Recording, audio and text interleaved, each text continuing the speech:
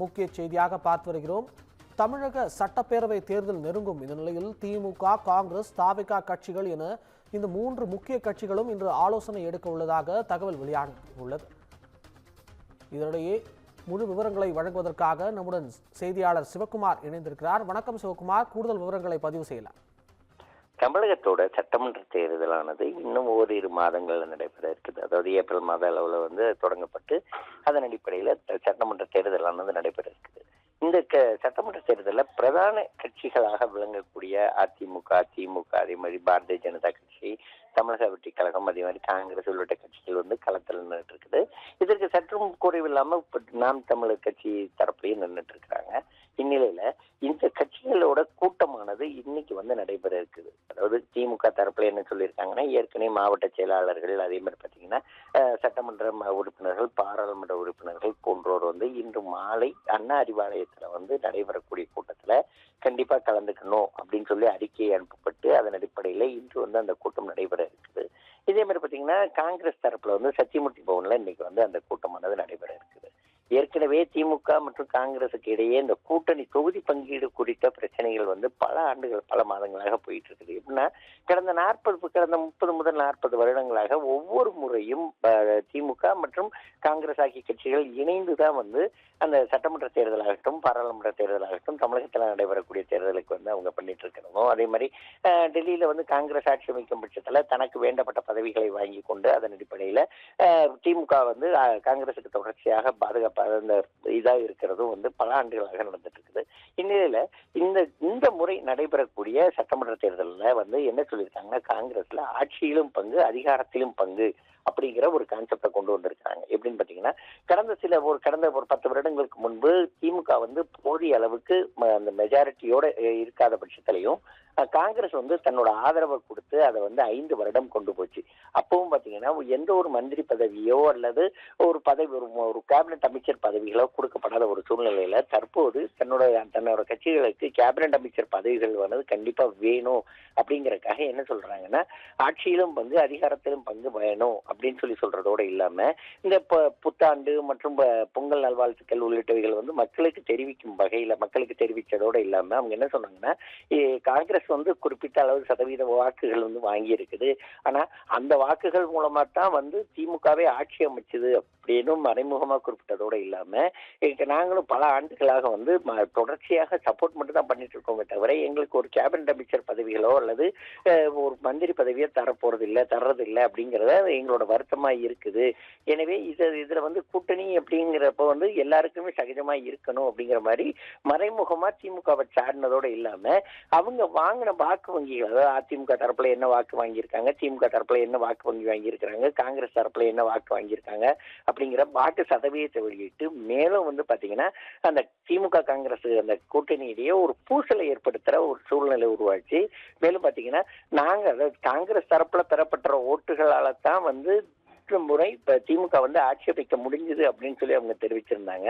அதே மாதிரி பாத்தீங்கன்னா இது கட்சியினரிடையே ஒரு கடும் சலசலப்பை ஏற்படுத்திய நிலையில இன்னைக்கு என்ன சொல்லியிருக்காங்கன்னா, காங்கிரஸ் தரப்பு சத்தியமூர்த்தி பவனில் வைத்து அந்த கூட்டமானது, அதாவது இந்த தேர்தல் கூட்டமானது நடைபெற இருக்கிறதா சொல்லி அறிவிக்கப்பட்டிருக்குது. அதே மாதிரி பாத்தீங்கன்னா திமுக தரப்புல அண்ணா அறிவாலயத்துல இன்று மாலை நடைபெற இருக்கிறதா இருக்குது. அதே மாதிரி பாத்தீங்கன்னா தமிழக வெற்றி கழகம் தரப்புல ஏற்கனவே இன்று பல்வேறு கட்ட தேர்தலை நெருங்கி வரக்கூடிய சூழ்நிலையில தனியா நிக்க போறோம் அப்படின்னு ஒரு பக்கமும், கூட்டணியோட சேர்ந்து போட்டி போட போறோம் அப்படின்னு சொல்லி ஒரு பக்கமும் தொடர்ச்சியாக கூறப்பட்டு வர நிலையில இன்று பனையூர்ல வைத்து அந்த கூட்டமானது நடைபெற இருக்குது.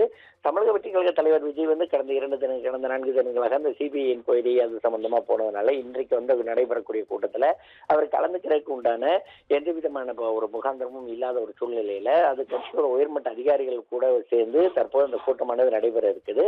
இதன் மேல பாத்தீங்கன்னா இன்னும் ஓரிரு தினங்கள்ல பாரத பிரதமர் தமிழகம் வராரு. அதுக்காக என்ன பண்றாங்க, பியூஷ் கோயல் இன்று அல்லது நாளை தமிழகம் சேரலாம் அப்படின்னு சொல்லி எதிர்பார்க்கப்படுது.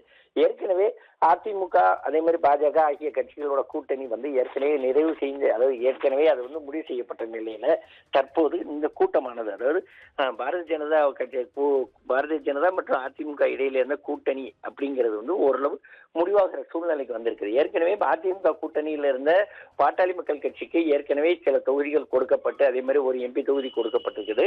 அதனை தொடர்ந்து பாத்தீங்கன்னா தற்போது பாரதிய ஜனதா கட்சிக்கும் அந்த கூட்டணி குறித்த பேச்சுவார்த்தை வந்து நடைபெற்று இருக்குது.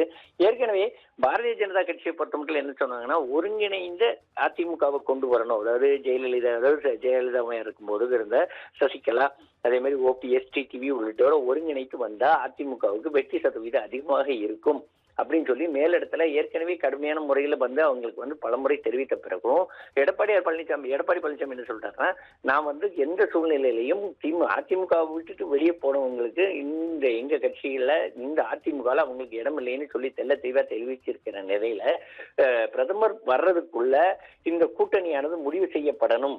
அதாவது அதிமுக பாஜக கூட்டணியில பாஜக வந்து ஏறத்தாழ 30க்கும் மேற்பட்ட தொகுதிகள் கேட்டுட்டு இருக்கிறதாகவும், ஆனா அதிமுக தரப்புல இதுக்கு வந்து கொடுக்கறதுக்கு வந்து அவ்வளவு கொடுக்கறதுக்கு தயாராக இல்லை அப்படின்னும் 21 இடங்கள் வரை கொடுக்கறதுக்கு தயாராக இருக்கிறதாகவும் முதல் கட்டமா வந்து தெரிய வந்திருக்குது.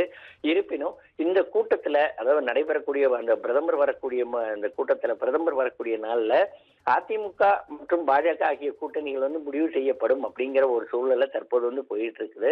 தொடர்ச்சியா பாத்தீங்கன்னா தமிழக அரசியல் களம் தற்போது உள்ள சட்டமன்ற தேர்தலை முன்னிறுத்தி கடுமையான ஒரு சூடு பிடிக்கிற ஒரு நிலையில தான் இருந்துட்டு இருக்குது. அதாவது தமிழக வெற்றி கழகம் தரப்புல வந்து பாத்தீங்கன்னா ஏற்கனவே இந்த ஜனநாயகன் பட விவகாரத்துல பல்வேறு சிக்கல்களை சந்திச்சுட்டு இருந்தப்பவும் காங்கிரஸ் வந்து அவருக்கு வந்து தமிழக வெற்றி கழகத்துக்கு வந்து ஆதரவு தெரிவிச்சிருந்தது.